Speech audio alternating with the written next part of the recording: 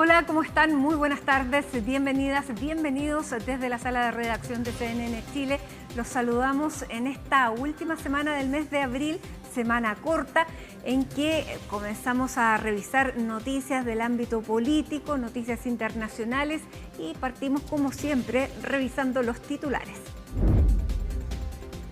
Críticas cruzadas tras el oficio de Hacienda que propone recortes en distintos programas como el de alimentación escolar.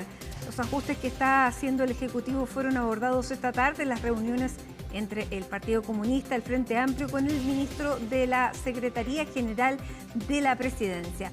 Desde el Partido Comunista llamaron a La Moneda a ingresar un nuevo proyecto de reconstrucción nacional. Amplio despliegue de autoridades de gobierno con motivo de un nuevo aniversario de Carabineros. El presidente José Antonio Kast anunció el envío de nuevas medidas destinadas a mejorar las condiciones de los integrantes de la policía uniformada. A la ceremonia realizada en la Escuela de Carabineros asistieron los exmandatarios Eduardo Frei y Gabriel Boric. Tras una tensa semana, la crisis en la dirección del Hospital de San Antonio llega a su fin tras la llegada de la doctora Janet Vega a la subdirección de gestión asistencial. Finalmente, y pese a la polémica, la exdirectora de FONASA fue ratificada en el cargo. Se aceptaron las renuncias de 7 médicos y fue designado un nuevo director del recinto. En Estados Unidos, el sospechoso detenido tras el tiroteo en la cena de corresponsales de la Casa Blanca fue acusado de intento de asesinato del presidente de esa nación. El hombre, de 31 años, fue acusado de 3 cargos en total e invocó el derecho a guardar silencio durante la audiencia.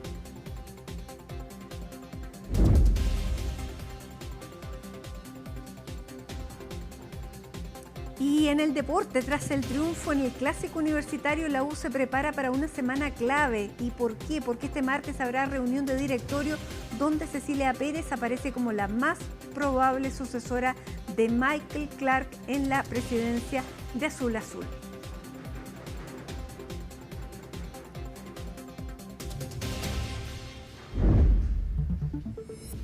Y comenzamos de inmediato en el Palacio de Gobierno porque durante esta jornada el ministro secretario general de la Presidencia, José García Ruminot, se reunió con las bancadas del Frente Amplio y del Partido Comunista para abordar el megaproyecto de reconstrucción nacional y en el que también se trató este oficio que emanó del Ministerio de Hacienda con el recorte en diversas carteras de todos los ministerios. Bueno, vamos a revisar cómo fueron esas reuniones y tomamos contacto con Ivo Goich, quien está precisamente en el Palacio. ¿Cómo estás, Ivo? Bastante ajetreada la mañana. Buenas tardes. ¿Cómo estás, Matilde? Muy buenas tardes. Así es, un despliegue total, tú lo contabas en los titulares, por parte del presidente de la República, José Antonio Kast, pero también de casi la totalidad de su gabinete en una nueva conmemoración de la institución de Carabineros en su aniversario número 99. Vimos al presidente de la República al menos en 4 distintas actividades durante la jornada del día de hoy. Hubo un despliegue importante acá en la región metropolitana por parte de cerca de 6 ministros de Estado y otros de ellos también desplegados en regiones mientras cumplían sus tareas correspondientes a sus ministerios. Ha sido un día en el que ha estado abocado completamente la gran parte de las actividades al aniversario de Carabineros de Chile, pero no por eso no se han desarrollado otro tipo de reuniones y no por eso, Matilde, ha parado la discusión que comenzó durante la jornada del día viernes cuando se conoce de este oficio emanado desde el Ministerio de Hacienda, enviado por el titular de la cartera, Jorge Quirós, a todos los ministerios del gabinete del gobierno. Todo esto en la preparación de lo que va a ser la primera ley de presupuesto, la correspondiente al año 2027, que es confeccionada, realizada y calculada por esta administración. Recordemos que ante este año rige la ley de presupuesto aprobada durante el año 2025 en el gobierno, los últimos meses del gobierno del presidente Gabriel Boric. Es por eso que ese oficio, Matilde, ha sido el centro del debate, el centro de la polémica desde el día viernes. Los lo fue durante el fin de semana. Distintos ministros tuvieron que salir a aclarar lo que solicitaba, las distintas solicitudes hechas y recomendaciones realizadas en ese oficio. Lo tuvo que hacer el presidente de la República en la región del Biobío durante este fin de semana en una gira regional del mandatario. ¿Por qué? Este oficio, yo te decía, es preparatorio para lo que va a ser la ley de presupuesto del año 2027. A través de este oficio, que se envía a todos los ministerios, se hacen recomendaciones técnicas, según el Ministerio de Hacienda, algo que generalmente se hace de evaluación de distintos programas de los ministerios. Estamos en un periodo de estrés fiscal, así lo han denominado acá desde el Palacio de la Moneda. No están contentos con la administración en materia económica del gobierno pasado y han dicho que tienen que hacerse cargo de tiempos difíciles en materia económica. Lo que plantea este oficio es un cambio de paradigma en el gasto público y también señalaba explícitamente el escenario de estrés fiscal por el que atraviesa nuestro país. Ahora, si eso lo llevamos al particular, ¿qué significa estos titulares? Tiene que ver con el recorte de programas, la sugerencia también de recortes presupuestarios de ciertos programas, si lo vemos en distintas aristas, como por ejemplo educación, salud, seguridad y también derechos humanos. Te escucho, Matilde. Claro, y aquí si se hace la suma, y de hecho está hecha la suma en parte del oficio, es desde donde salen los casi 6.000 millones de dólares que pretendía recortar la promesa de campaña del presidente José Antonio Kast, que fue abordado numerosas veces, tanto durante los debates como también durante distintos tipos de instancias en que era posible hablar tanto con el presidente como con el Jorge Quirós, que oficiaba de asesor económico, y las respuestas eran evasivas. Bueno, si se hace la suma, aquí hay casi 5.500 de esos 6.000 millones. Uno podría decir, este era el diseño y aquí está entonces el equivalente que falta. ¿Se puede tener esa lectura? Es la lectura que hacen al menos desde la oposición, pero es cierto lo que tú dices. Si lo llevamos a dinero en moneda nacional, estamos hablando de 5 billones de pesos, cercano un poco más de 5.000 millones de dólares, que se acerca mucho a la cifra de los 6.000 millones de dólares de recorte fiscal que proponía en campaña por entonces candidato José Antonio Kast y su equipo de trabajo, donde las respuestas siempre eran evasivas o se iban a explicar más adelante, eran respuestas muy generales acerca de cómo poder generar ese recorte fiscal de 6.000 millones de dólares, pero siempre la promesa iba aparejada a ¿qué, Matilde? A que no se iban a recortar políticas públicas, sobre todo las que favorecen y de las cuales son beneficiarios en la población más vulnerable de nuestro país.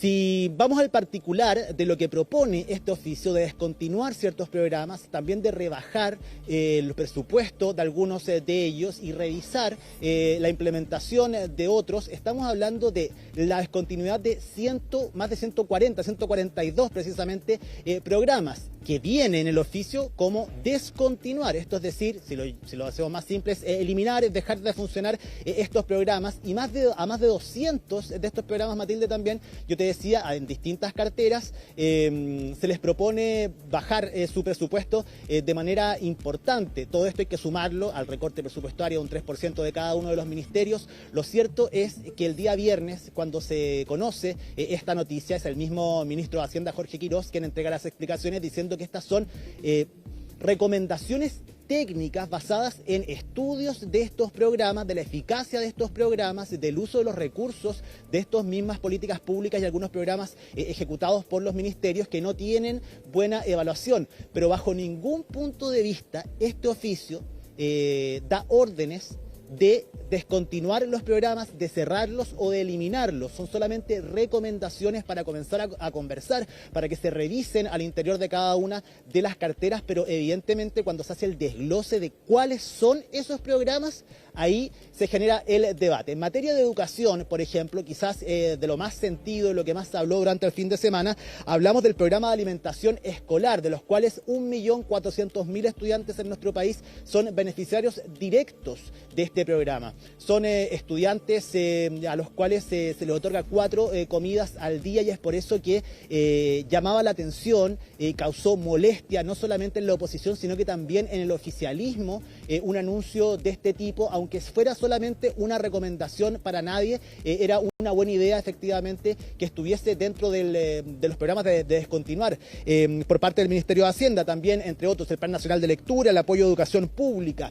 Si lo llevamos al área de salud, está el programa de prevención del suicidio, Matilde, el programa para migrantes, también de salud mental, que es uno que la población más vulnerable de nuestro país utiliza muchísimo. Es la forma que tienen para poder acceder a consultas de salud mental. Sabemos bien que en nuestro país es un problema grave, al menos la administración pasada le dio una relevancia importante al tema de la salud mental, y efectivamente para la ciudadanía son programas sensibles. Si hablamos de seguridad, que es uno de los eslogan con los cuales el gobierno llega a instalarse acá al Palacio de la Moneda, liderado por José Antonio Kast, está la descontinuidad, por ejemplo, del Plan Calle Sin Violencia y el programa contra el crimen organizado, y también el programa de derechos humanos, si lo llevamos a ese punto. Es por eso que existe muchísima molestia en la oposición, Matilde, porque dicen que acá hay razones ideológicas y no técnicas finalmente, que lo que se busca es cumplir con una promesa y con los eslogan dichos, esgrimidos en campaña, de poder achicar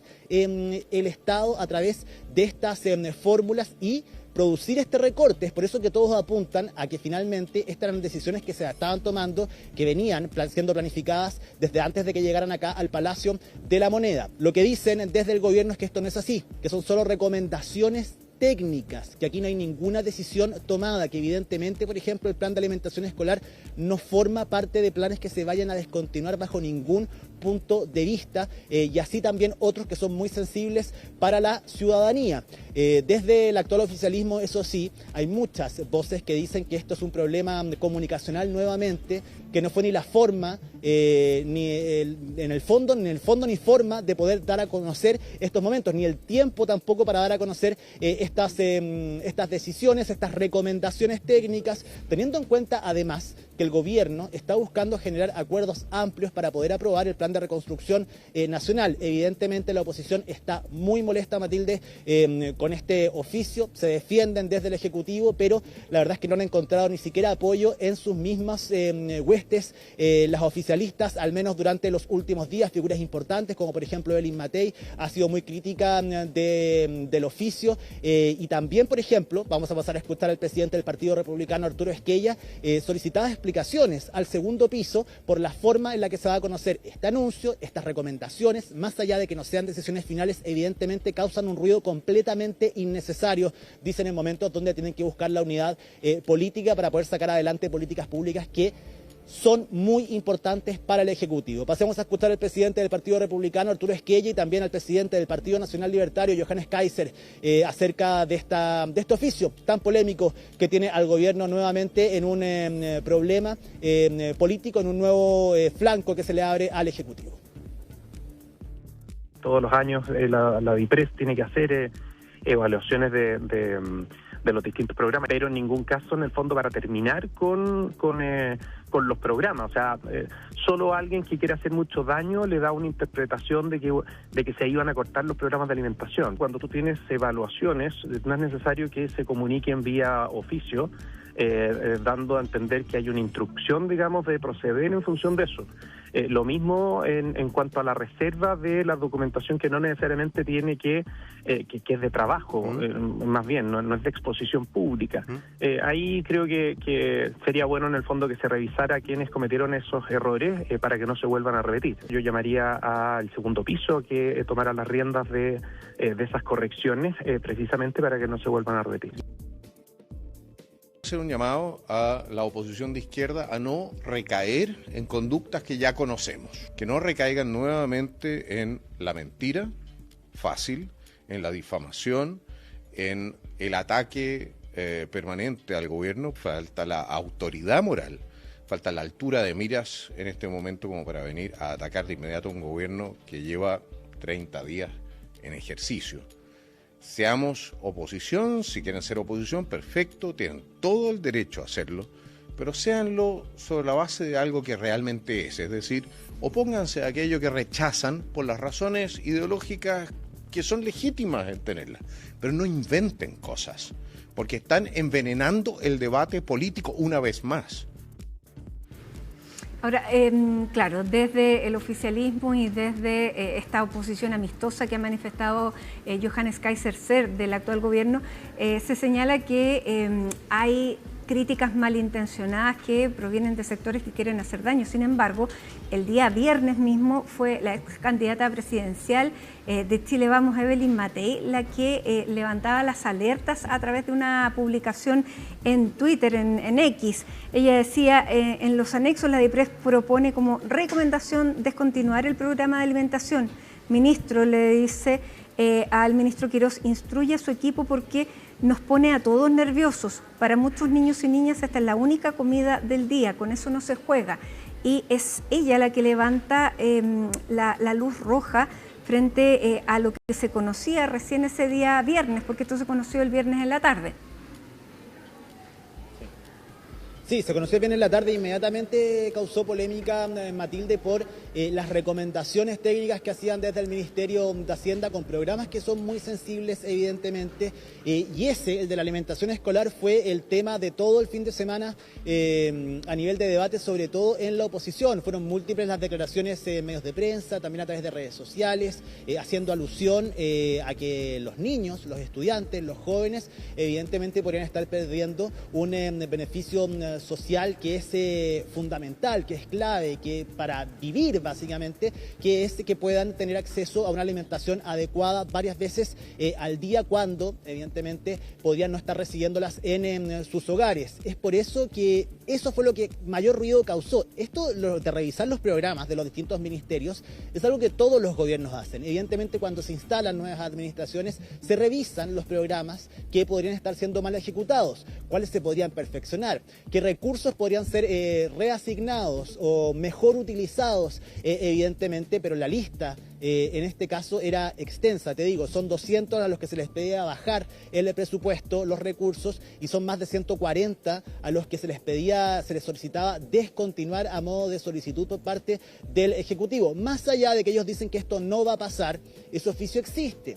Y en ese oficio viene claramente cuáles son los programas solicitados a descontinuar a modo de sugerencia y cuáles a bajar los presupuestos, algo lo cual han tratado de responder durante la jornada del día de hoy, el fin de semana también. No fue un fin de semana cualquiera Matilde, en materia política, y de hecho el gobierno venía de una buena semana, de buenos ánimos, de haber logrado los apoyos que necesitaba para al menos aprobar la idea de legislar el proyecto del plan de reconstrucción nacional, poder sortear los escollos que va a tener en la Cámara de Diputados. De hecho, el mismo presidente de la mesa de la Cámara de Diputados, Jorge Alessandri, todavía confía que en el mes de junio esto va a estar despachado para que el Senado lo pueda revisar, y en el mes de septiembre incluso este proyecto pueda estar listo para ser despachado a ley.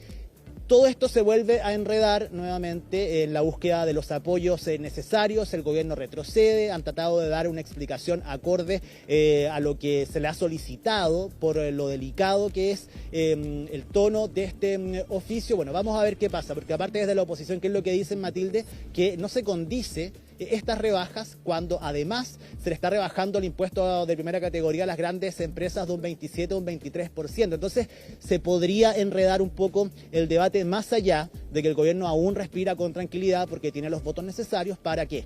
Para poder sacar adelante el plan de reconstrucción. Desde el empresariado también han hablado durante la jornada del día de hoy refiriéndose a estos recortes. Quiero que pasemos a escuchar a Susana Jiménez, la presidenta de la CPC. Lo cierto es que es imposible ignorar la necesidad de racionalizar el gasto público, de ver cuáles son los programas que eventualmente están mal evaluados y están generando gastos fiscales sin tener los beneficios que se busca, donde hay mal gasto de recursos también, y una evaluación es siempre necesaria. Los cambios de gobierno probablemente se reactivan más, pero todos los años nosotros deberíamos estar observando que con rigor se fiscalice el uso de los recursos públicos, que finalmente son de todos los chilenos, y por eso es tan importante que cada peso que se gasta en un objetivo que es consensuado, que la ciudadanía lo desea, porque quiere ayudar a los más vulnerables, porque quiere mejorar las condiciones de salud, mejorar las condiciones de educación y también la productividad del país. Pero tenemos que tener esa mirada. Bueno, ahí en este momento se está viendo de quién fue la responsabilidad, si fue de Hacienda, si fue de la Dirección de Presupuestos, si fue del segundo piso. Bueno, lo cierto es que desde la Dirección de Presupuestos salieron a precisar que, claro, había un problema, tal vez dijeron en la palabra, y que en vez de descontinuar, la palabra quizá mejor era reformular.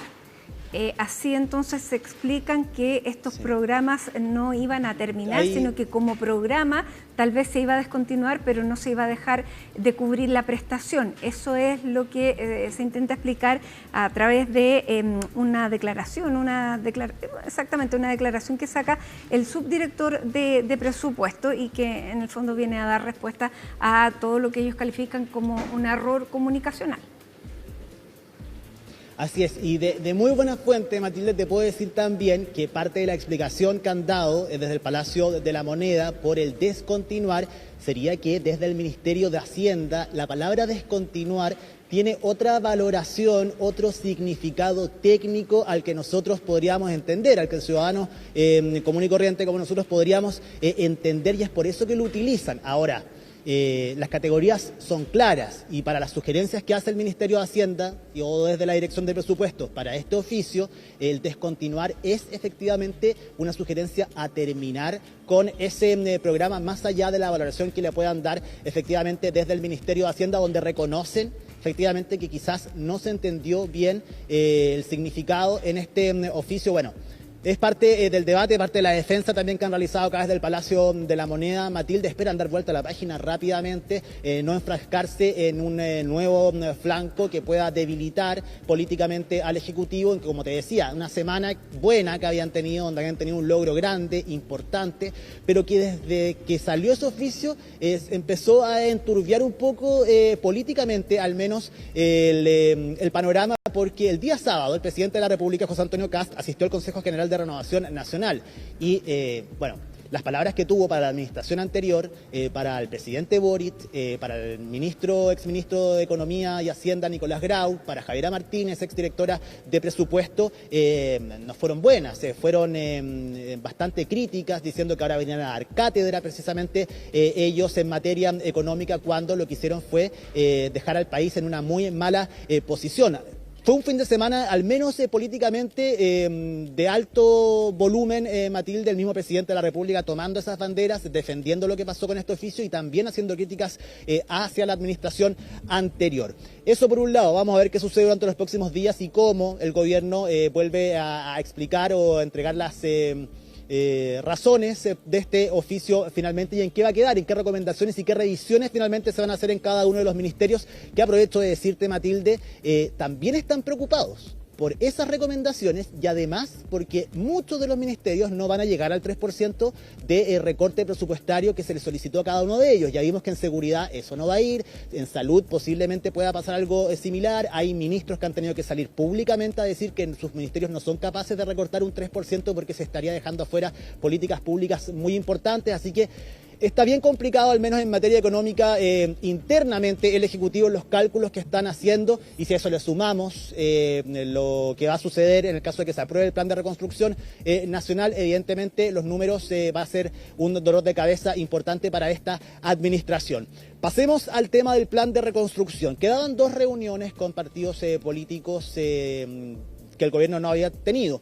Una con el Partido Comunista y otra con el Frente Amplio, 2 partidos de los cuales desde el inicio se plantearon como opositores férreos a este mega proyecto, este plan de reconstrucción, a la reforma tributaria encubierta, como la han denominado, pero han mostrado cierta apertura durante los últimos días, solicitándole al Ejecutivo nuevamente que pueda ver de manera separada este proyecto, que para todo lo que tenga que ver con reconstrucción en sí, los votos estarían. Si se separa el proyecto y se hace uno solo que tiene que ver con la reconstrucción material, no se opondrían con los votos. Lo que no les gusta es que esté unido efectivamente a esta reforma tributaria, a estos cambios tributarios profundos que propone la administración del presidente José Antonio Kast y también Jorge Quirós, el ministro de Hacienda. Hubo reunión por la mañana en el ex Congreso con el Partido Comunista, liderada por el ministro secretario general de la Presidencia, José García Ruminot, en horas de la tarde. Hace algunos instantes estaban acá los representantes del Frente Amplio. Lo cierto es que más allá de ciertas solicitudes, fue exponer cada una de las posiciones y muy probablemente no estén los votos de ellos para la idea de legislar por la forma en la que se presenta el proyecto, a no ser que el gobierno los decida separar, algo que evidentemente no va a suceder. Pasemos a escuchar a Daniela Serrano del Partido Comunista y también a Constanza Martínez, la presidenta del Frente Amplio. Que hay una decisión política de hacer caja para este regalo tributario para los súper ricos, y nosotros en ese sentido consideramos que de perseverar con este proyecto le estaríamos haciendo un mal a nuestro país. Lo mejor que puede hacer este gobierno es retirar el proyecto e ingresar un proyecto de reconstrucción real. En boca del ministro de las Express reconoce que actualmente existen mecanismos de recaudación para hacernos cargo de la reconstrucción. Por tanto, no se entiende que hayan mezclado la reconstrucción con un regalo tributario para los súper ricos. La necesidad de que este proyecto pueda ser separado. El gobierno sabe hoy que cuenta con los votos del Frente Amplio si es que se quiere avanzar en elementos de la reconstrucción. No puede ser puesta en la balanza junto con una mega reforma tributaria que pretende rebajar los impuestos a los súper ricos. Son temas que son distintos y por lo tanto creemos que lo más razonable, lo más claro para el país es poder dividir esas discusiones precisamente para que puedan discutirse en su mérito. Para nosotros siempre es relevante poder dar una discusión democrática, política, incluso con los que piensan distinto. Creo que acá la UDI se equivoca. Precisamente ellos fueron parte de varias de las discusiones fundamentales en el gobierno pasado, incluida la reforma de pensiones. Esperemos que ojalá dejemos de tener una discusión entre espacios de barra brava y tengamos una discusión un poquito más pensada en la democracia y en las mayorías de Chile. Ahí está, Matilde, yo te decía, desde ambas bancadas lo que proponen es que el gobierno pueda presentar un plan de reconstrucción que apunte a lo material. Ojo con lo que sucedió en la reunión con el Partido Comunista, porque lo que dice Daniela Serrano es que el mismo ministro José García Ruminot les habría reconocido en parte que el dinero para la reconstrucción está, lo que queda, el margen que queda para tener la totalidad de ese dinero se podría reasignar de otras partidas para contar con ese dinero, ir en ayuda del Biobío, de Ñuble y también de la región de Valparaíso, pero que se aprovecha también de recaudar fondos a través de esta mega reforma, algo que el Partido Comunista le ha hecho demasiado ruido durante la jornada del día de hoy. Le exigen al ministro, por supuesto, poder gastar las partidas correspondientes a la reconstrucción y si no, presentar un plan propio que sea de la reconstrucción material. Vamos a ver qué pasa, pero al menos esos votos no van a variar, no van a cambiar, ni tampoco la posición del Ejecutivo en cuanto a su proyecto. De esto se refirió durante la jornada del día de hoy el ministro secretario general de la Presidencia, José García Ruminot, quien habló después de la reunión con el Partido Comunista. El proyecto es uno solo, el proyecto es un conjunto armónico de medidas. Creemos firmemente que es un proyecto plenamente ajustado a las normas constitucionales. Creemos que cuanto antes, cuanto más pronto esté despachada esta iniciativa, por las implicancias que tiene, porque la necesitamos para aumentar la inversión, la necesitamos para aumentar el empleo, la necesitamos para que también nuestras arcas fiscales estén mucho más equilibradas. Cuanto más pronto lo hagamos, mucho mejor. Yo entiendo perfectamente la posición de la UDI. El día que asumí el Ministerio de Secretaría General de la Presidencia, dije que íbamos a conversar con todos, es parte de nuestra tarea diaria, pero estamos seguros que el diálogo y la conversación nunca debiera debilitarse.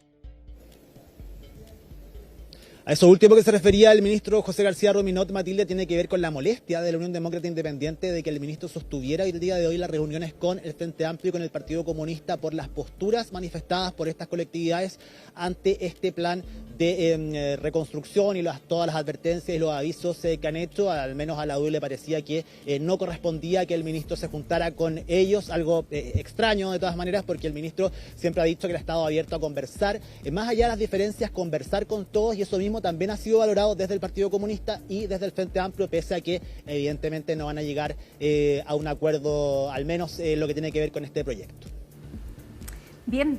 Claro, la idea es conversar, poder recabar los puntos de vista, conocer lo que piensan no solamente los que están en el oficialismo, sino que también los que están en la oposición. El gobierno había tenido conversaciones con el PPD, con la Democracia Cristiana, con el Partido Socialista, pero faltaba este bloque que ya había dicho reiteradamente que se sentían excluidos de la conversación y del debate. Y es entonces los sectores que hoy día protagonizan estas reuniones. Muchísimas gracias, Ivo. Seguimos atentos a cualquier novedad desde el Palacio de Gobierno a esta hora de la tarde. Que tengas un muy buen resto de día y seguimos en contacto. Seguimos en contacto, Matilde. Solo contarte que el día de mañana el presidente va a estar en la región de O'Higgins, jueves en la Araucanía y por la tarde en Aysén, el día jueves en Aysén, así que va a ser una semana bien movida también para el presidente de la República en esta semana corta, porque el viernes es 1 de mayo, es día feriado por el Día del Trabajo. Muy bien, así es. Sabemos todos que semana corta, Ivo. Ya, que tengas una buena tarde y nosotros a esta hora hacemos un alto, una pausa en Hoy es Noticia y les contamos que Santiago tiene cielos parcialmente cubiertos, 17 grados con 8 décimas en la temperatura a esta hora de la tarde, y esta es una imagen de una de las cámaras que están en el Parque Metropolitano. Con esta imagen nos vamos a la pausa y ya regresamos. 99 años cumple hoy la institución de Carabineros de Chile y la ceremonia estuvo encabezada por el presidente de la República, José Antonio Kast, quien coincidió con dos exmandatarios, el presidente Eduardo Frei, a quien vemos en las imágenes, y también con el expresidente Gabriel Boric. El informe es de Valentina Nieto. Hola, Valentina. Hola, ¿cómo estás? Muy buenas tardes. Así es, con la presencia del presidente José Antonio Kast en la Escuela de Carabineros para este aniversario número 99 de la institución policial, y que contó además con la presencia de ex autoridades como el expresidente de la República, Gabriel Boric, y también el exmandatario Eduardo Frei, que junto al presidente José Antonio Kast llevaron a cabo un proceso bastante significativo con la cápsula centenario, lo que es la antesala de los 100 años de la institución que se van a celebrar el próximo año 2027. Esta cápsula que se va a abrir además en el aniversario 200, en 100 años más. Pero este aniversario vino acompañado también de anuncios, porque el presidente José Antonio Kast señaló que se buscará llevar a cabo un proceso de compensaciones para aquellos funcionarios que en actos de servicio puedan haber resultado lesionados, o bien para las familias de carabineros fallecidos en distintos operativos policiales. Esto sumado además a asignaciones extra, un aporte extra para los funcionarios policiales en sus sueldos a través de estas asignaciones que se realizarán de manera trimestral. Todo para poder entregar una mayor respaldo y mayores ayudas a la institución policial en una medida que había sido solicitada por varios años por parte de esta institución. Estuvo también presente durante esta jornada parte del gabinete del presidente Kast, que de hecho lo acompañó durante varias actividades en distintas zonas de Santiago, porque hubo un verdadero despliegue comunicacional que se realizó por parte del gobierno en una señal de apoyo político a la institución policial.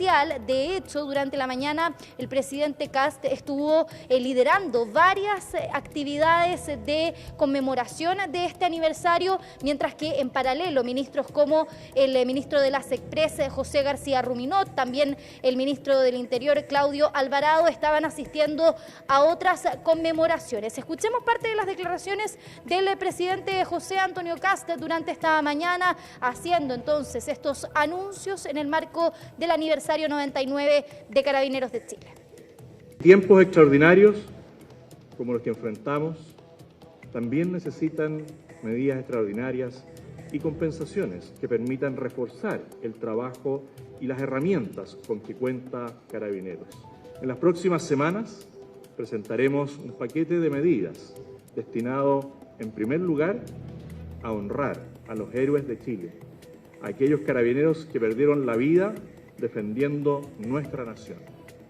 También a aquellos que han sufrido lesiones físicas Estas medidas contemplan financiamiento educacional, apoyo educacional, acompañamiento psicosocial, programas de inserción laboral y todas las acciones que permitan atender las necesidades y mitigar en algo, en parte, el dolor de la pérdida en sus familias.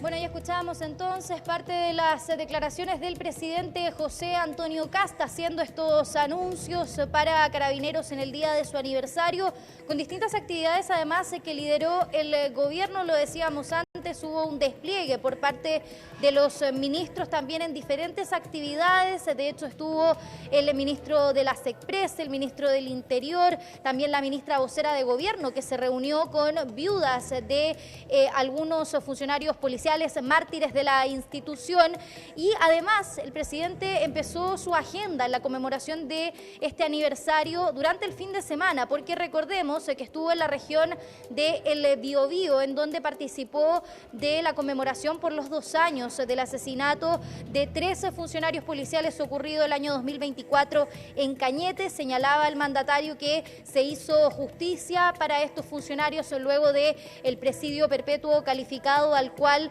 fueron condenados los 3 imputados, bueno, ahora culpables por este homicidio, los hermanos Antigüen. Durante esta jornada también habló el general director de Carabineros, Marcelo Araya, quien agradeció a todos los funcionarios policiales de la institución y llamó a seguir haciendo su trabajo tal cual lo han hecho hasta el momento, con respeto también a toda la ciudadanía y para poner la seguridad como foco principal. Escuchemos parte de las declaraciones del general director Marcelo Araya. Comenzamos a cerrar nuestro primer ciclo de vida.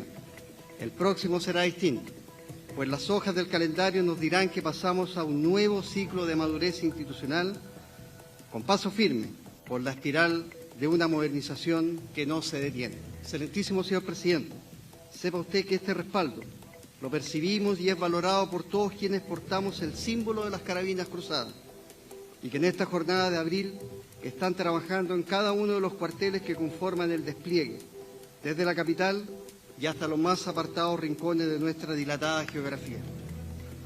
Hoy, desde temprano, no solo usted, señor presidente, sino que ministros de Estados, subsecretarios y distintas autoridades se han desplegado en nuestros cuarteles para participar del tradicional izamiento del pabellón nacional con motivo del aniversario institucional.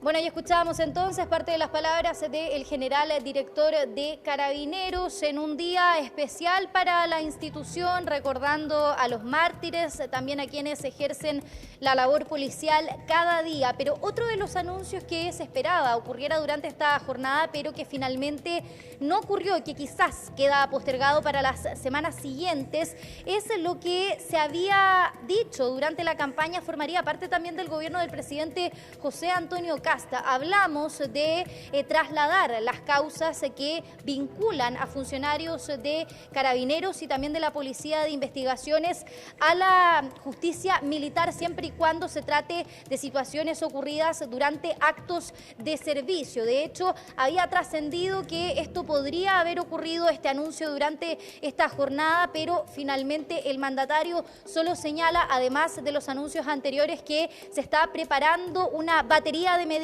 que van a ser anunciadas en las semanas siguientes. Aún así, hubo parlamentarios que se refirieron al respecto. Por ejemplo, la senadora de Renovación Nacional, Camila Flores, abordó esta situación y dijo que a su juicio cree que sería una buena medida el trasladar estas causas judiciales a la justicia militar, y además se refirió a los dichos de Johannes Kaiser, el líder del Partido Nacional Libertario, que hizo un llamado también en este día de Carabineros al presidente de la República a hacerse cargo de alguna manera de los anuncios de indultos a funcionarios de Carabineros o condenados, por ejemplo, en causas relacionadas al estallido social. En ese sentido, la senadora Flores señaló que habría esperado que durante esta jornada hubiese ocurrido también un anuncio de esa índole. Sin embargo, están también confiados de que se está continuando el trabajo, analizando revisando caso a caso por parte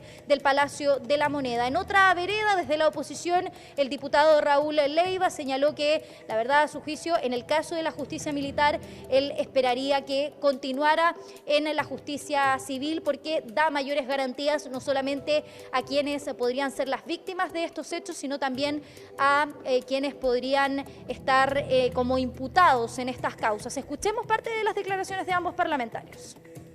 Efectivamente, Carabineros también debiese ser juzgado por la justicia militar, que las reglas generales del Código de Justicia Militar debieran también ser aplicables para la institución de Carabineros, para evitar situaciones como las que hemos visto finalmente que han pasado en la justicia, donde hemos visto al Ministerio Público más bien empecinado en perseguir a ciertos carabineros que después terminan siendo absueltos. Estoy pensando, por ejemplo, en el caso del comandante Claudio Crespo y tantos otros. No solamente estoy a favor de que se tengan que entregar los indultos a los carabineros que salieron a cumplir con su deber, mandatados a cumplir con su trabajo el 18 de octubre y de ahí en adelante del año 19, sino que además se cumpla con una promesa de campaña que hizo el presidente José Antonio Kast.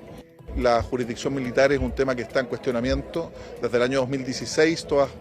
Toda causa en la cual esté imputado o eventualmente sea víctima un civil debe desarrollar la justicia civil. Pero un tema también muy importante, porque el proceso militar del Código de Justicia Militar es un proceso inquisitivo que incluso no le da las adecuadas garantías a los intervinientes y tampoco a los imputados que pueden ser uniformados. Bueno, ahí parte de las declaraciones de ambos parlamentarios, un día de aniversario para la institución de Carabineros, 99 años que cumplen este 27 de abril de 2026 y con preparativos también a puertas de lo que va a ser el centenario de la institución el próximo año y con esta batería de anuncios que podrían llegar durante las próximas semanas desde el Palacio de la Moneda.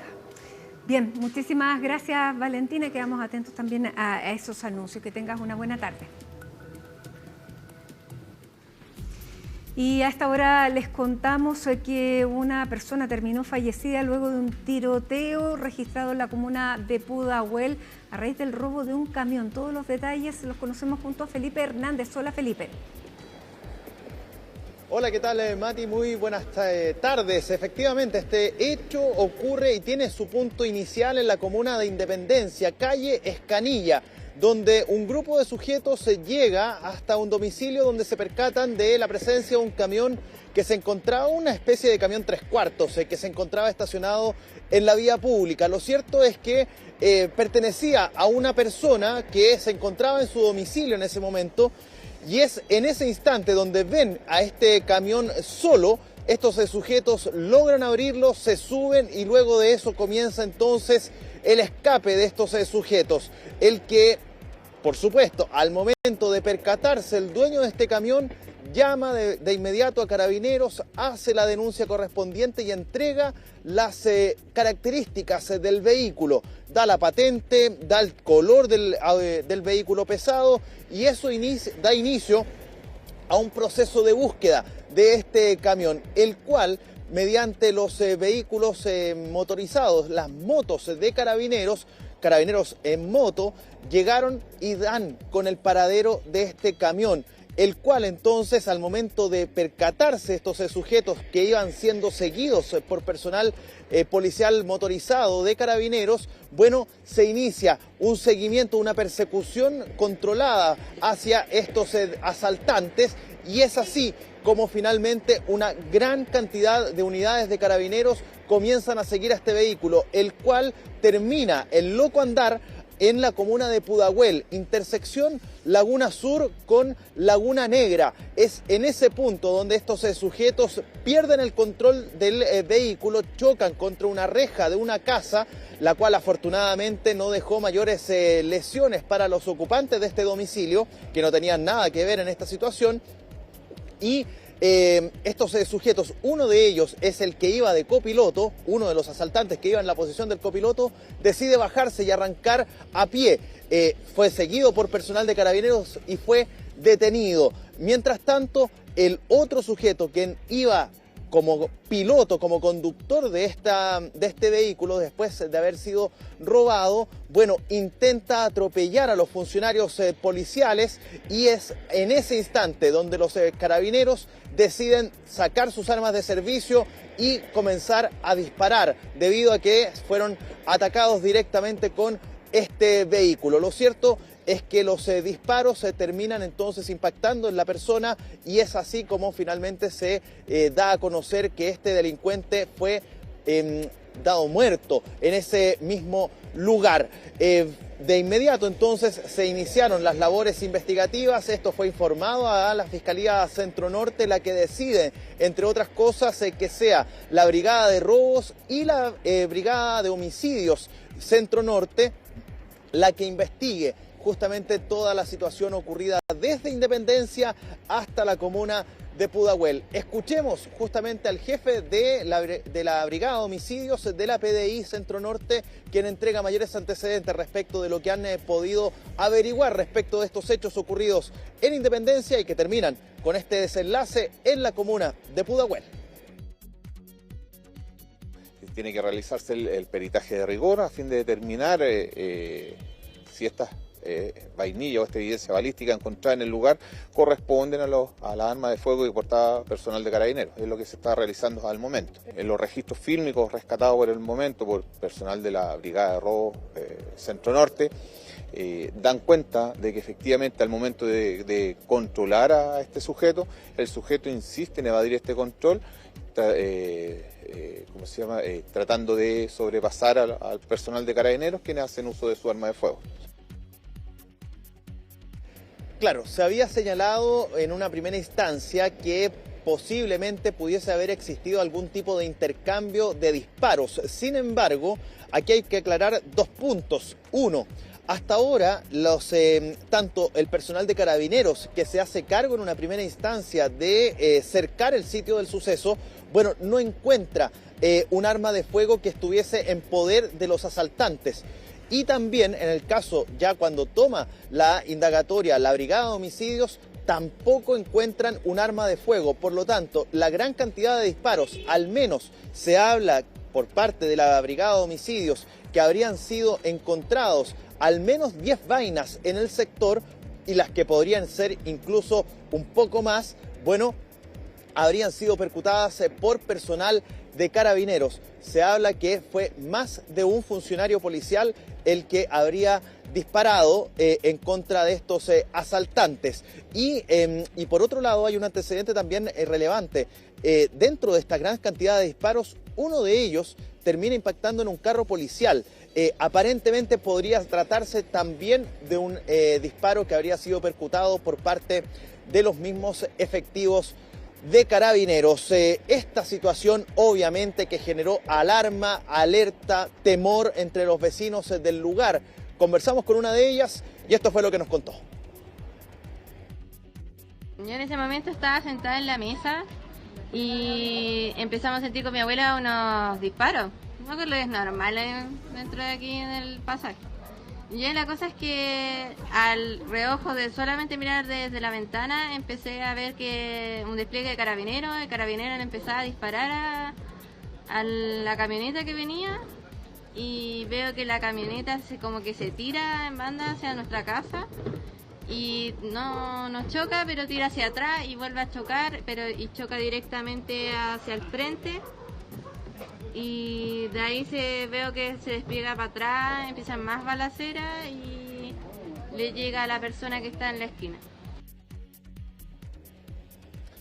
Ahí está entonces, el sujeto detenido, que es el que intenta huir de la presencia policial, bueno, tiene antecedentes, penales y sería chileno, y alrededor de unos 30, 31 años, este sujeto que va a pasar entonces a control de detención, aparentemente ya en la jornada del día de mañana, debido a las horas de flagrancia que están todavía presentes y donde se le puede todavía reunir mayores antecedentes respecto de su participación en este robo de este camión ocurrido en la comuna de Independencia y que termina con uno de los delincuentes asesinado por personal de Carabineros en el marco de este intento de detener a ambos sujetos, pero este hizo caso omiso a la fiscalización y termina intentando atropellar a los funcionarios policiales y termina todo esto con este desenlace de este delincuente fallecido por parte de Carabineros en Mati.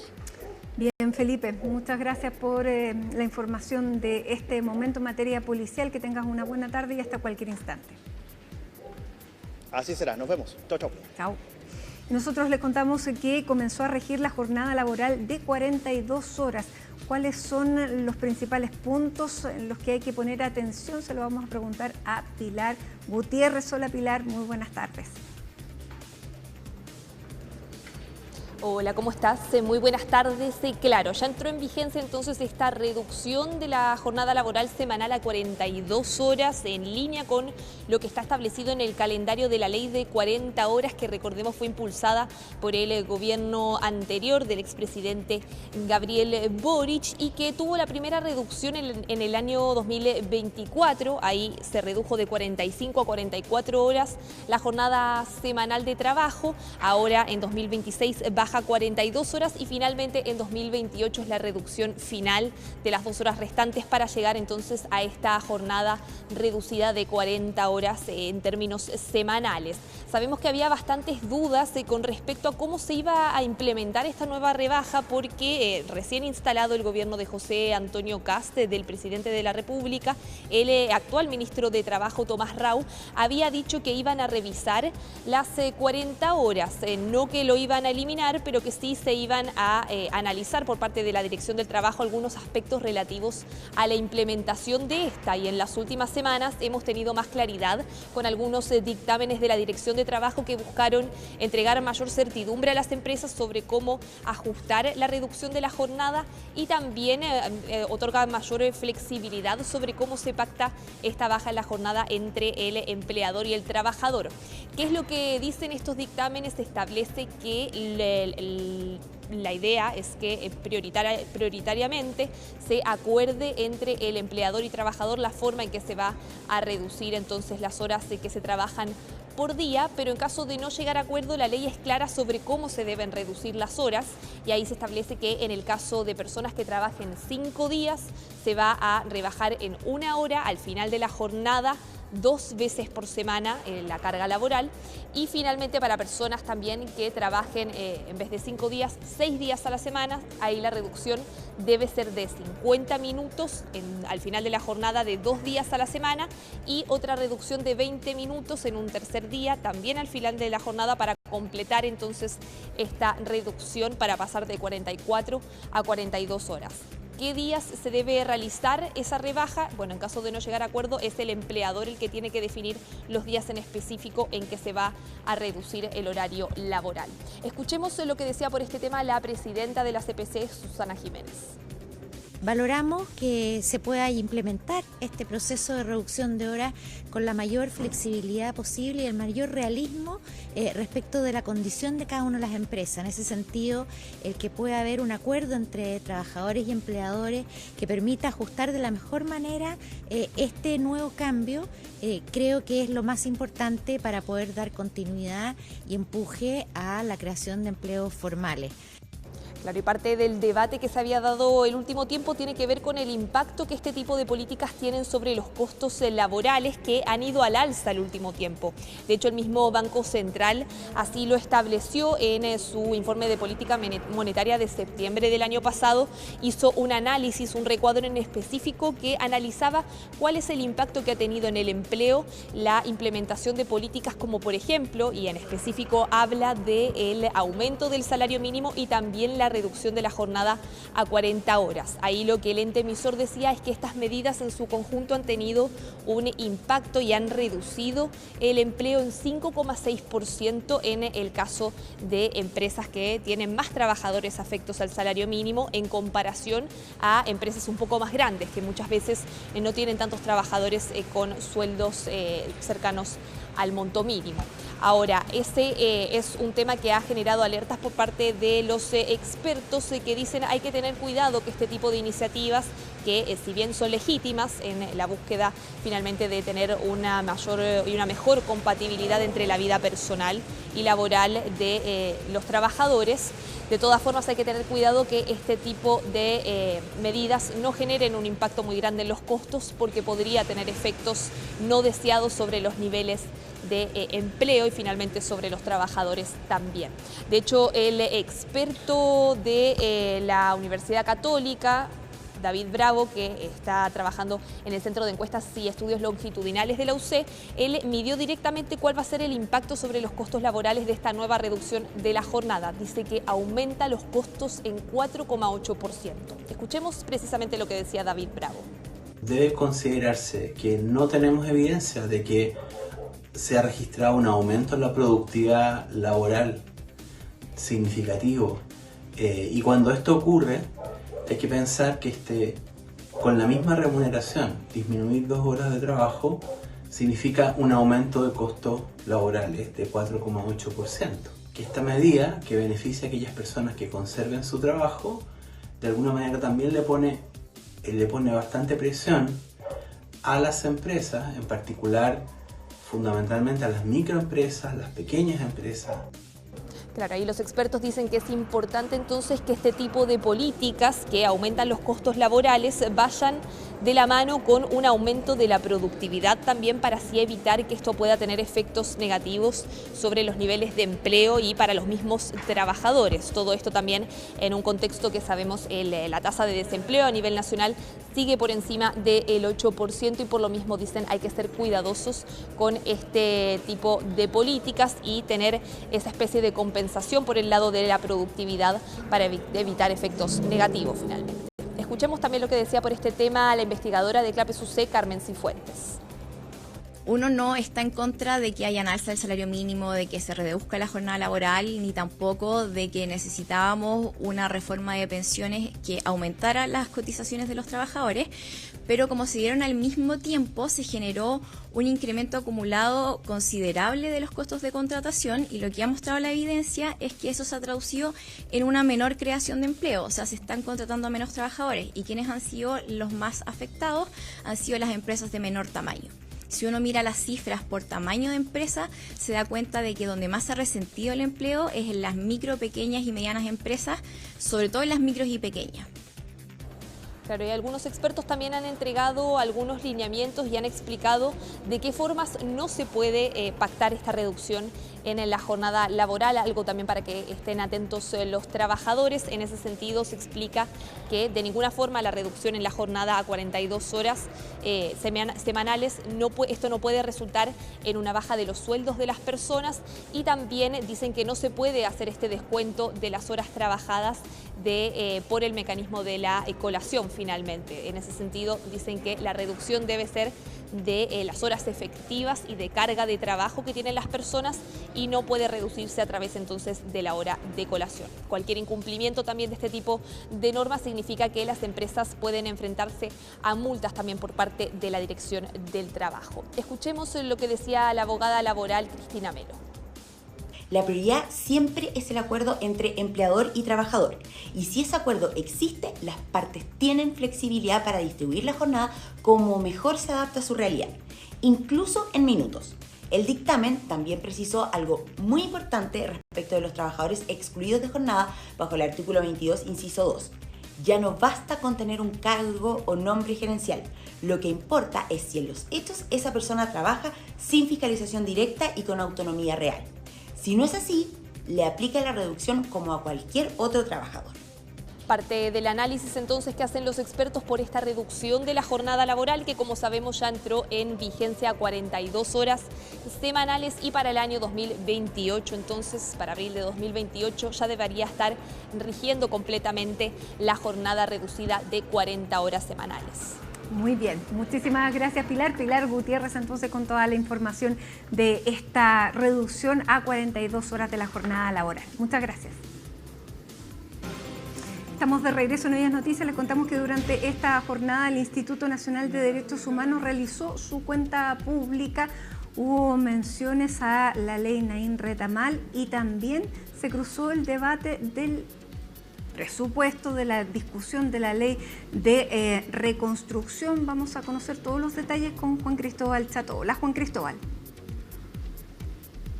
¿Cómo estás, Matilde? Muy buenas tardes. Sí, porque durante esta mañana en dependencias de la Facultad de Derecho de la Universidad de Chile fue que se llevó a cabo la cuenta pública del Instituto Nacional de Derechos Humanos para el año 2025. En este balance de lo que fue el trabajo del INDH para el año pasado se reportó, por ejemplo, que se atendió casi 12.000 personas durante el año, que marca un incremento de cerca del 12% en relación a los 12 meses anteriores, es decir, el año 2024, y que casi la mitad de estos casos eran derechamente personas que denunciaban o haber sufrido una vulneración a sus derechos fundamentales o haber presenciado como un tercero sufría precisamente una vulneración similar. Más allá de estas denuncias, por cierto, cerca del 32% también de las consultas a las cuales atendió el INDH durante el año 2025 apuntaban a las solicitudes de acceso a información contenidos en las carpetas de las comisiones Valech 1 y 2, las cuales, por cierto, por ley están bajo secreto y que son resguardados precisamente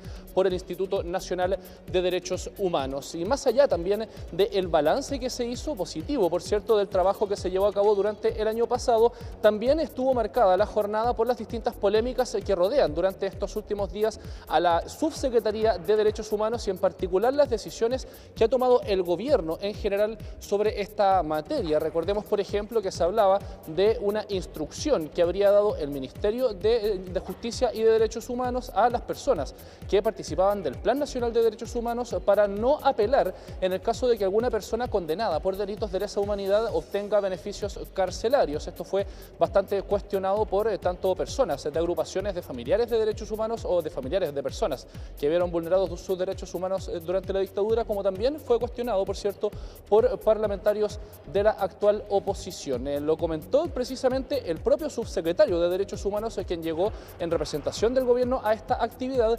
Dijo que no va a haber precisamente, o que no hay un instructivo explícito que diga que esto se tenga que dejar de hacer, sino que más bien se estaría siguiendo un protocolo, y también se refirió a otra polémica que rodea al gobierno durante los últimos días, que responde a este decreto emitido por el gobierno, por el Ministerio de Hacienda, bien digo, donde apuntan a recortes presupuestarios a través de la descontinuación de ciertos programas, incluido entre esta recomendación, por cierto, el Plan Nacional de Derechos Humanos. El subsecretario se refirió a estos dos puntos, los invito a que lo pasemos a escuchar.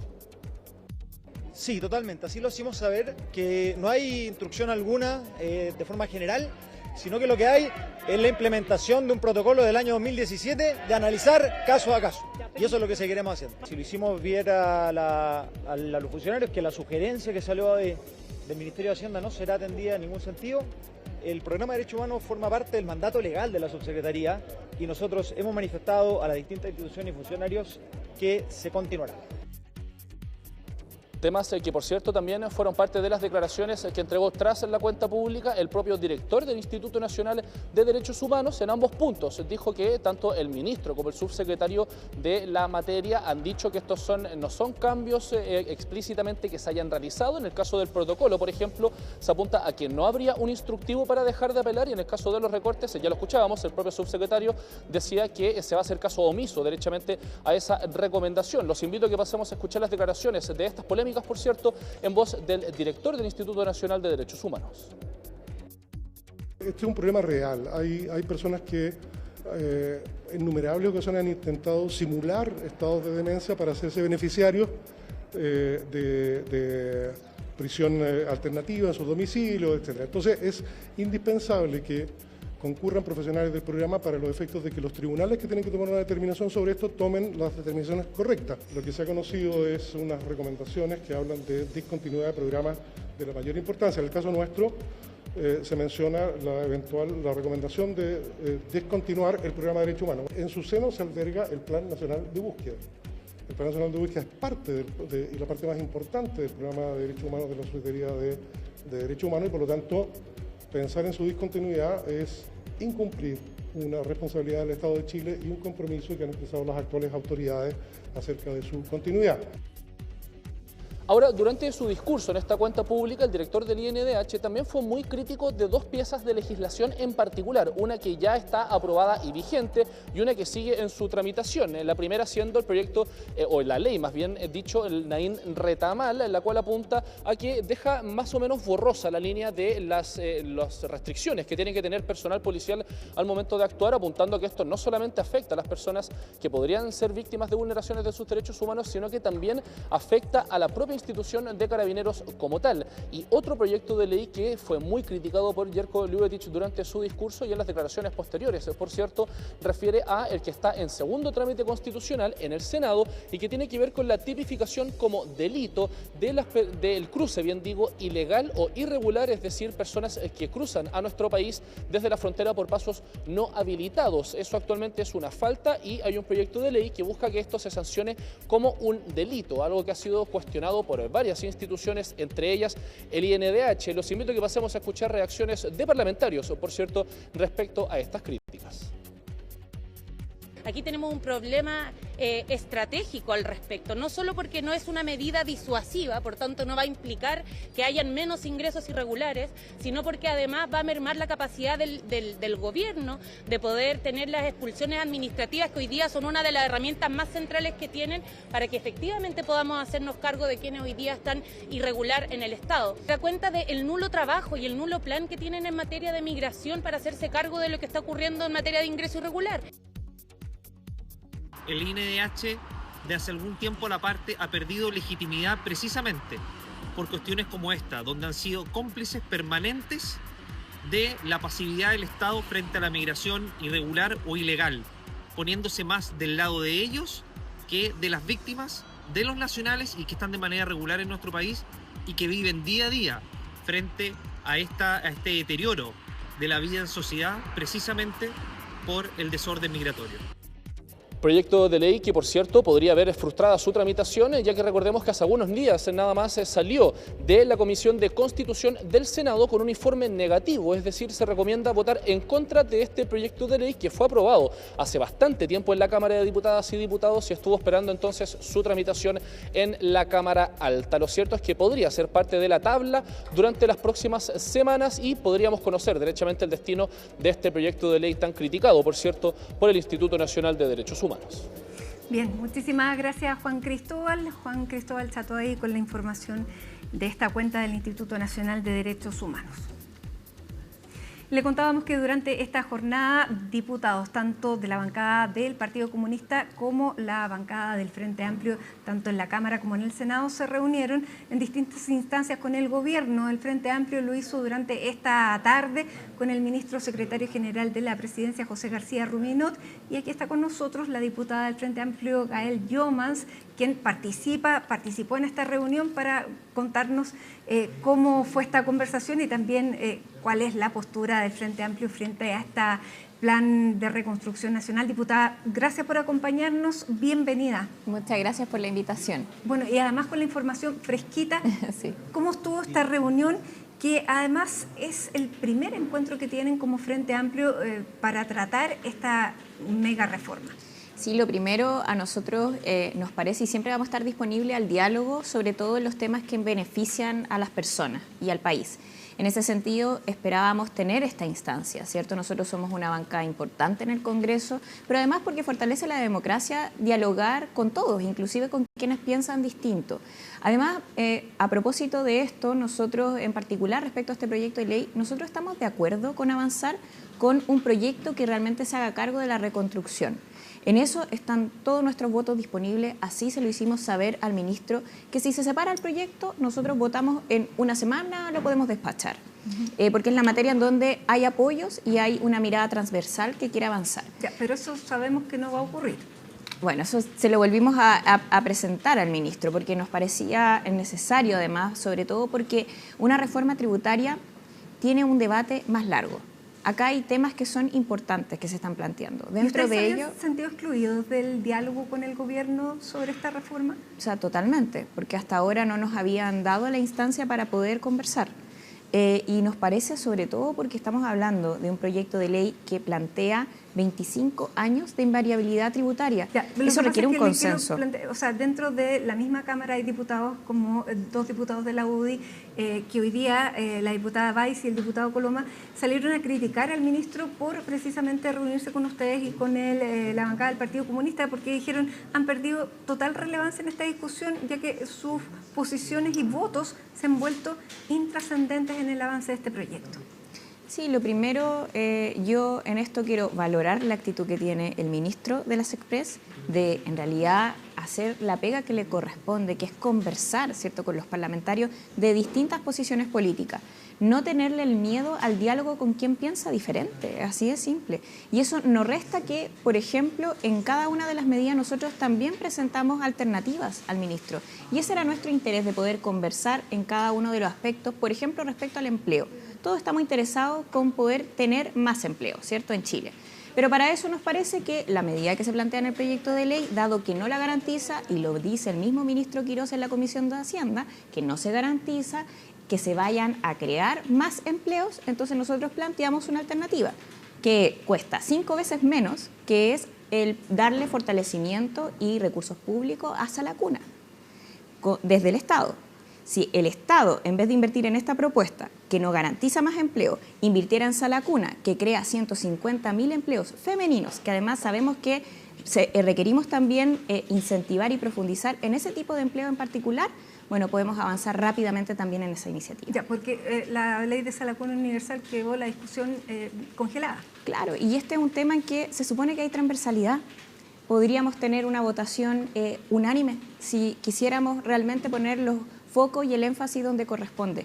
Y a nosotros nos parece que Salacuna, y eso fuimos a plantearle al ministro, debiese ser un proyecto que realmente le demos la rapidez y que todos podríamos votar a favor si es que se, en el fondo, prioriza este tipo de gastos, Salacuna, en vez de en realidad, beneficio tributario que no va a generar más empleo. Son casi 1.400 millones de dólares, o sea, estamos hablando de muchos recursos económicos que se van a despilfarrar porque además no están cumpliendo el objetivo que se supone que debiera tener, que es crear más empleo. Bueno, eso en la discusión parlamentaria puede enriquecerse. Ahora, diputada, ustedes le plantearon que los votos para la reconstrucción estaban, pero para lo que tiene que ver con la reforma tributaria, ustedes tienen reparos. ¿Hay consenso dentro de la bancada de la necesidad de crecer, de crear empleos? Porque la crítica que se hace desde el oficialismo, sobre todo a las bancadas del Partido Comunista y del Frente Amplio, es que dicen se quedan en el eslogan o en, digamos, la frase de que esto beneficia a los súper ricos o a los más ricos, pero no salen propuestas de crecimiento por parte de ellos. ¿Cuál es la respuesta a esa crítica? Bueno, por eso queríamos también tener una instancia de conversación más tranquila, más reposada con el ministro.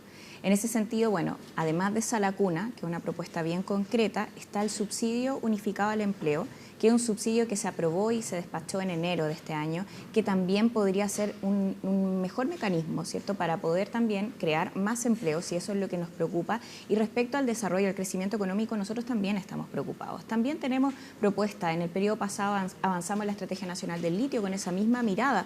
También se podrían incentivar, por ejemplo, el que las empresas puedan invertir en innovación y tecnología, y que sean esas empresas y las pymes sobre todo las que reciban beneficios, y no las grandes empresas, porque estamos en una situación además que el costo fiscal que genera este proyecto de ley es muy grande para el país, sobre todo si además lo sumamos a que dentro de los costos fiscales en realidad lo va a tener que asumir la gente, porque si es mediante el recorte estamos súper complicados. Ahora, la posición del gobierno, de varios economistas, incluso del ministro Marcel, el exministro Marcel, fue que era necesaria una rebaja impositiva a las grandes empresas, a las empresas, el impuesto de primera categoría del 27 ahora se está proponiendo al 23, se proponía al 24, ahí había una diferencia de 1 punto con compensaciones, pero parece ser bastante transversal la necesidad de hacer esta rebaja. ¿Cómo lo ven ustedes?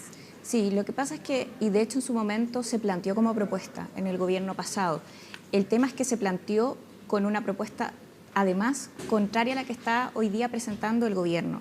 El gobierno, exacto, y de hecho es más, avanzar hacia una desintegración lo más total posible, que es lo que existe además en los otros países con los que se compara el gobierno, porque cuando dice los países OCDE tienen impuestos corporativos, impuestos a las empresas más bajos que el de nuestro país, se obvia la otra parte, que es que además tienen sistemas que son desintegrados. Entonces, esa mezcla podría funcionar, podríamos estar abiertos, pero el gobierno hace el camino contrario, es decir, rebaja impuestos a las empresas y además trata de integrar aún más el sistema. Y eso creemos que es el camino inadecuado, además de poco justo. Lo que va a generar es que vamos a tener menos recursos fiscales. Y ahí está también nuestra preocupación, porque vemos no solamente con esta reforma, sino que también con la propuesta de ajuste de gasto, de recorte del gasto, que al final lo que se quiere hacer es achicar los recursos fiscales, los recursos del Estado, de todos los chilenos y chilenas para poder pagar beneficios y derechos sociales. Y nosotros estamos en contra de esa premisa,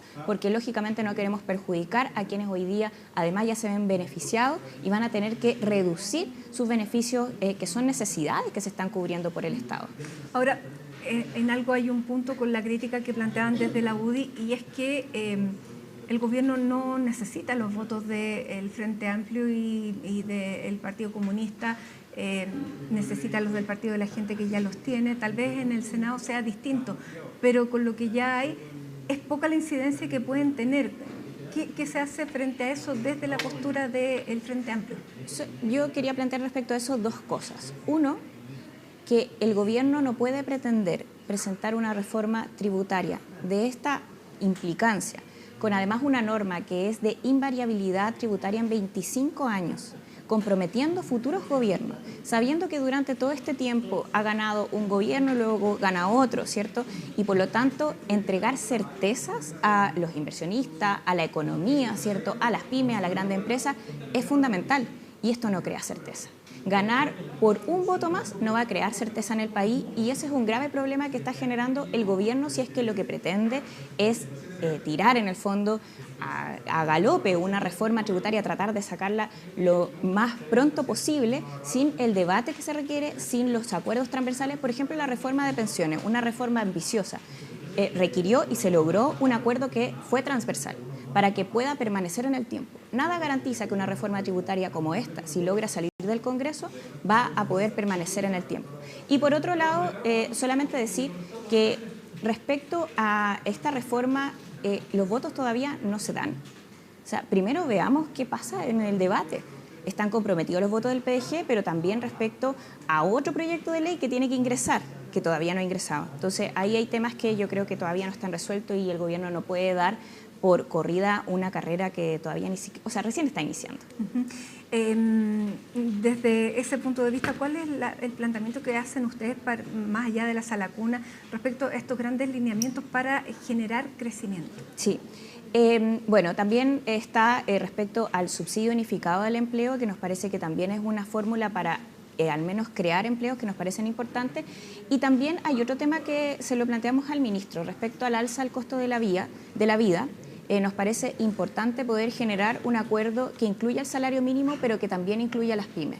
Para eso hay que entregar, ¿cierto?, un subsidio a las pymes. Sabemos que esa es parte de las preocupaciones que se tienen por hoy y para eso, y en cualquier materia que tenga que ver con el crecimiento económico, se requiere un acuerdo que sea transversal. Se puede también generar beneficio, incluso tributario, a aquellas empresas que generen, se comprometan a generar inversión en tecnología, en nuevas formas también que estamos pensando para el futuro del país, bienvenida sea. Pero no puede ser, ¿cierto?, a costa de simplemente beneficiar a unos pocos. En este caso estamos hablando del 1% más rico, que no solamente se va a ver beneficiado, ¿cierto?, con el impuesto de las grandes empresas, sino que también porque son empresarios, ¿cierto?, son dueños de esas grandes empresas y con la integración también van a tener otro beneficio, además del capital bursátil, además de la herencia. Entonces vamos sumando, son hartos aspectos dentro de la reforma tributaria que los benefician exclusivamente a ellos. Ahora, diputada, sabemos quién ganó las elecciones y cuáles eran los principios que los inspiraban. Por lo tanto, nadie pudiera sorprenderse de que están llevando a cabo, no solamente el programa, sino que también lo que es funcional al pensamiento, más liberal, que es el fin de los impuestos, digamos, la promoción de la empresa, del crecimiento a través del empleo. Por lo tanto, no solamente no debería llamar la atención esto, sino que las propuestas de reducción de gastos que salieron en este oficio, que son 142, digamos, planes que se ven descontinuados, que hoy día vimos que el subdirector de presupuesto dijo tal vez la palabra no era la correcta, pero bueno, ahí está. Y la suma de todo lo que se propone ahí es bien cercano a los 6.000 millones de dólares que José Antonio Kast había prometido durante su campaña que iba a rebajar. Pero eso también es parte de un gobierno que toma las decisiones en base a su visión de país, a su visión de crecimiento. ¿Qué hace la oposición frente a esto? Bueno, primero, nosotros vamos a tener una posición bien firme en contra de cualquier gasto que perjudique a las personas.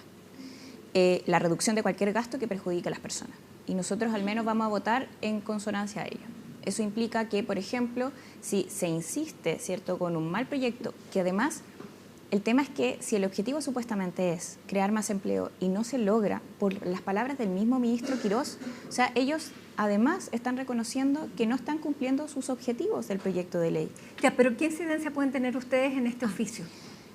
O sea, primero vamos a fiscalizar con todas las herramientas que tenemos para ello, tanto el oficio, las sesiones especiales. Nosotros estamos ocupando nuestras herramientas fiscalizadoras. Por otra parte, no pueden recortar gastos que están comprometidos por ley. Entonces, nosotros vamos a mirar que esto se cumpla, porque la ley de presupuesto la legislamos en el Congreso. Y, por otra parte, las leyes, además, que están comprometidas, por ejemplo, la PGU, que también vimos que se querían hacer ajustes presupuestarios respecto a ella, nosotros vamos a estar muy atentos a que no se disminuya un derecho que ya está por ley. Ahora, hoy día el ministro sale a decir que en realidad hubo problemas comunicacionales, eso lo sale a decir más bien el presidente del Partido Republicano, que hace un llamado de atención, que dice que no puede salir un tema de esta característica mientras se está debatiendo esta mega reforma, que no era la manera de comunicarlo, que tampoco era el tiempo, pero básicamente digamos, el oficio está ahí. Pero también ahí dentro del mismo gobierno, cada uno defendiendo su cartera dice, esto, bueno, lo tomo como una recomendación. Veíamos las palabras del subsecretario de Derechos Humanos que decía, yo hago caso omiso de esto porque no es lo que está comprometido. ¿Usted cree que eso puede ocurrir en más divisiones? Lo más probable es que, de hecho, este documento plantea recortes en gastos que están por ley. Es decir, no los pueden hacer. No los pueden hacer. Y el punto aquí es que están generando incertidumbre, inseguridad, hasta que no transparente totalmente en qué van a hacer este gran recorte comprometido en su campaña, porque una cosa es comprometer en campaña, pero otra cosa es gobernar. Y yo a veces me encuentro que el presidente sigue haciendo y su gobierno sigue estando en campaña y no están gobernando. Y eso al final termina dañando las confianzas. Yo espero, la actitud del subsecretario me parece que es la adecuada. O sea, él tiene que cumplir la ley, es tan simple como eso. Entonces no puede hacer esos recortes que se solicitaron. Pero yo creo que para poner fin, ¿cierto?, a toda esta polémica que el mismo gobierno inició, deben transparentar en qué van a hacer el recorte. Ahora, el presidente Kast durante este fin de semana en el Consejo de Renovación Nacional hizo una crítica muy fuerte al ex gobierno. Los calificó de desastre en crecimiento, en salud, empleo, y dice, ustedes no tienen vergüenza. ¿Cómo ven ese lenguaje en medio de una negociación? O sea, lo primero es que el presidente José Antonio Kast tiene que ser el presidente de todos los chilenos. No puede ocupar, ¿cierto?, el rango presidencial para seguir teniendo una política confrontacional propia de su campaña. Yo eso lo veo que no es propio de un presidente, ¿cierto? Estar echándole la culpa de todo al gobierno anterior. Va a llegar un momento en que esa cuenta se gastó totalmente, ¿cierto? En que él va a tener que hacerse responsable de gobernar, de hacerse cargo de los problemas de salud y de otros más. Está bien, nosotros también podemos ser autocríticos, se pueden revisar varias cosas, estamos disponibles al diálogo, voy a ser insistente en eso porque lo hemos demostrado el día de hoy, pero también la otra parte debe contribuir a que para que el país avance necesitamos ponernos de acuerdo en cosas mínimas. Y finalmente, siempre se habló que se iba a ver cuánto efectivamente había aprendido el Frente Amplio, el Partido Comunista, a hacer oposición cuando fuera en oposición, porque desde cuando era en gobierno podían decir sí, vemos las cosas de un modo distinto, pero una vez esto se prueba cuando son oposición. ¿Qué tipo de oposición van a hacer? Nosotros vamos a hacer una oposición que sea firme, que dialogue y que genere propuestas alternativas. En eso hemos estado. Ahora también nosotros no vamos a permitir retrocesos y vamos a ser firmes a oponernos a los retrocesos. Y ojo, porque es la ciudadanía la que está mirando. Al final, los parlamentarios, y en esto también pienso que por lo mismo no pueden dar por sentado una votación, los parlamentarios sienten lo que le sucede a la ciudadanía y por lo tanto también van a estar escuchando lo que se piensa. Si la mayoría del país está en contra de esta reforma porque beneficia a los más ricos, yo creo que no se puede hacer oídos sordos. Bien, diputada Gael Llomas, diputada del Frente Amplio, muchísimas gracias por venir a conversar con nosotros justo después de haber tenido esta reunión ahí en el Palacio de la Moneda con el ministro García Ruminot. Muchas gracias por la invitación. Hacemos una pausa a esta hora de la tarde con esta imagen de Concepción y al regreso las noticias internacionales junto a Alicia Contreras.